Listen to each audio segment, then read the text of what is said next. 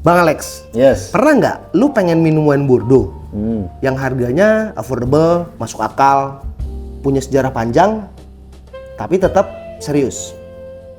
Nah ini relate banget sih sebenarnya sih. Biasanya kalau kita ngomongin Bordeaux itu kan wine mahal, ya kan. Dibukanya di acara-acara resmi aja. Atau ya mungkin emang cuman nggak pas di dompet gua aja sih bang. Mungkin dompet orang kali ya. Kebanyakan sih begitu. Nah, nih makanya nih, sekarang ini kita akan coba bahas salah satu jawaban dari dilema yang selama ini kita rasain. Oke. Nah, kita akan cobain Chateau Magnol yang berasal dari Omedoc, berasal dari Bordeaux, Prancis. Oke, cool. Gua Alex. Dan gua Sahat. Welcome to Isa Channel.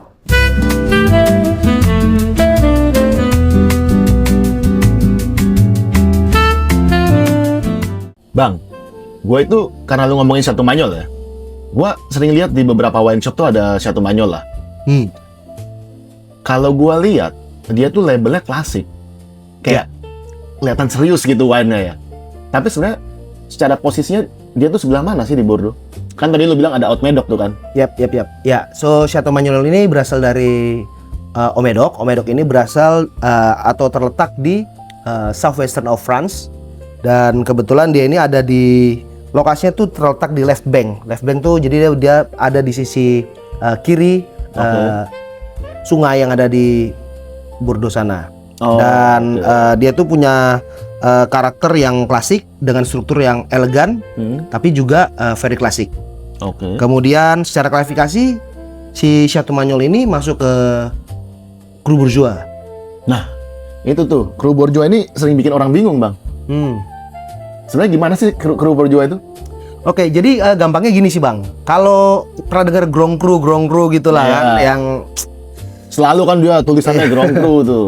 Kalau Grand Cru bahasanya tuh kayak itu wine untuk yang kelas atasnya dan otomatis harganya juga atas. Tadi yang kita bahas di awal tuh hanya untuk kantong orang lain, tapi nggak kantong kita. Sedangkan Cru Bourgeois ini lebih kepada dia punya kualitas, punya kelas juga, tapi lebih affordable dan juga tetap wine yang punya kualitas yang baik serta serius. Oh, berarti kurang lebih kita bisa bilang ini wine-nya luxury, tapi bisa diajak ke level ngopi lah gitu ya. Bener banget, tepat banget itu. Oke. Nah bang, tapi sebenarnya siapa sih yang punya si Chateau Magnol ini? Jadi ini Chateau Magnol kan nama winery, Ya. tapi dia itu under satu umbrella company yang namanya Barton and Gestier. Oke. Atau kita lebih kenal dengan nama BNG. It's easily written on the label lah. Ya. Dan gue bisa lihat ini di sini nih. Barton and Gestier ini, lu bisa lihat label, Ya, itu ternyata merupakan salah satu perusahaan wine tertua yang ada di Bordeaux. Oh, udah lama banget itu. Udah lama banget. Tapi memang namanya juga gue familiar sih. Oke. Oh, berarti cukup baik mereka melakukan pemasaran. Iya. Jadi kerennya itu si Barton and Gestier ini dia pernah terpilih menjadi winery, the best winery lah di Eropa.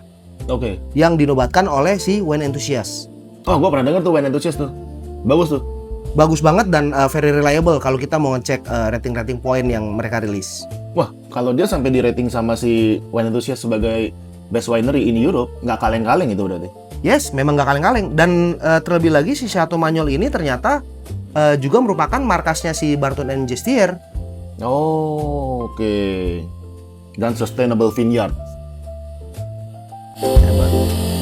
Selain tadi yang lu udah sampaikan lah ya ke kita bahwa winery-nya punya sejarah yang panjang, memang bagus segala macem, dapat rating dari wine enthusiast, sustainable vineyard, amazing.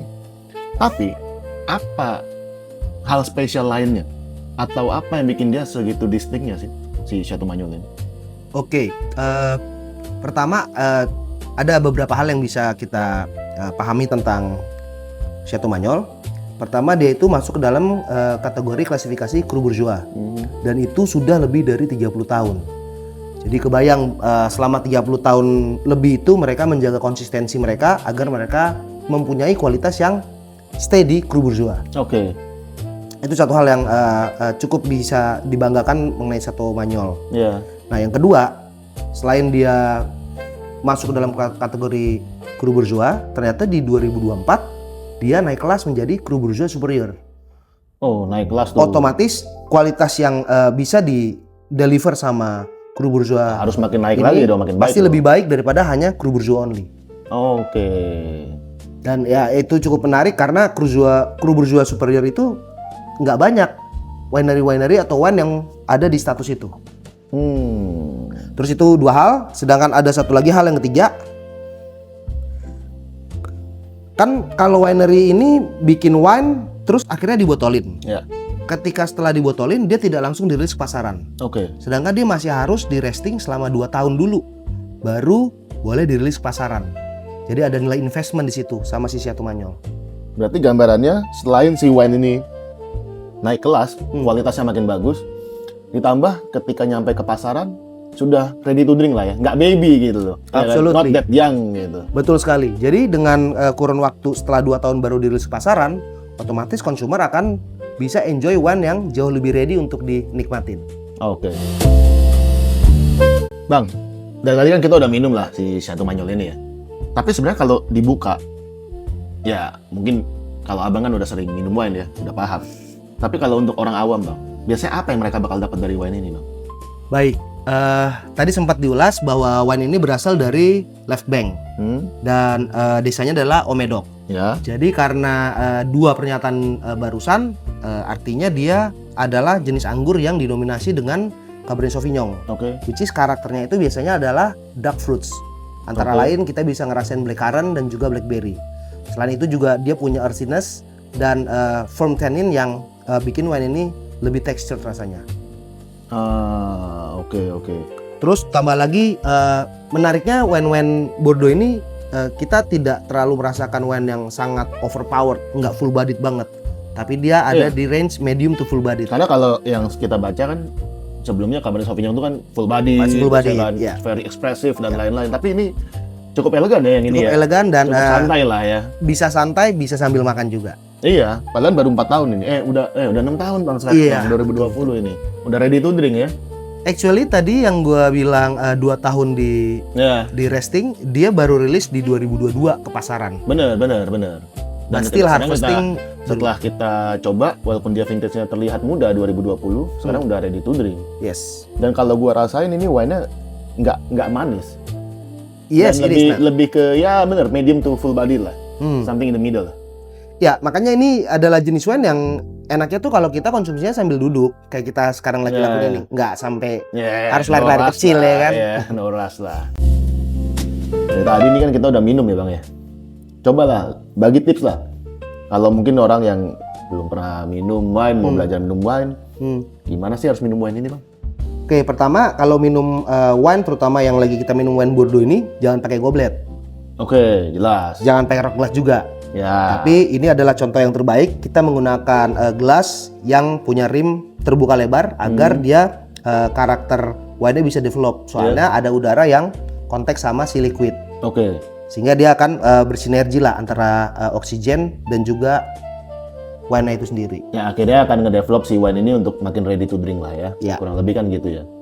Tapi kalau misalkan sama makan bang, kita kan orang Indo bang, minum harus ada makanannya kan bang.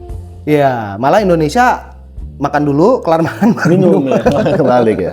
Padahal kalau tradisinya orang minum wine harusnya makan sambil minum ya. Yes, betul. Iya. Oke, untuk menjawab pertanyaan barusan ya, to play safe sih, the easiest answer is ini wine-nya paling cocok kalau di pairing sama steak. Oke. Either steak ataupun lamb chops. Red meat lah ya. Red meat in general. Tapi kita juga bisa melakukan itu kita berdasarkan culture kita. Reference masing-masing juga. Kita bisa. orang Indonesia paling enak makan daging apaan? Sate. Paling yang cepat iya, terbesit iya, di iya, benak iya. kita. Kalau nggak sate rendang. Iya. Cuman memang ada beberapa syarat-syarat. Kalaupun makan sate, kalau bisa jangan pakai kecap tuh, soy sauce. Karena emang soy sauce sangat dominating karakternya dan bisa ngebunuh karakter si wine. Ya. Kedua, kalau rendang biasanya tergantung. Kalau yang bikin bombo bisa jadi semua Pedas ingredients ya? dimasukin nih. Pedas, Ya, nggak boleh iya. terlalu pedas juga. Sama mungkin karakter spicesnya banyak banget jadinya kan. Kental Betul sekali. gitu kan. Kalau makan sate yang penting jangan pakai cabai rawit, jangan pakai bawang, jangan pakai kecap gitu Jangan kan. pakai kecap, Yang penting ya. ya grilled meat-nya gitu kan. I see. Tapi ini menarik sih.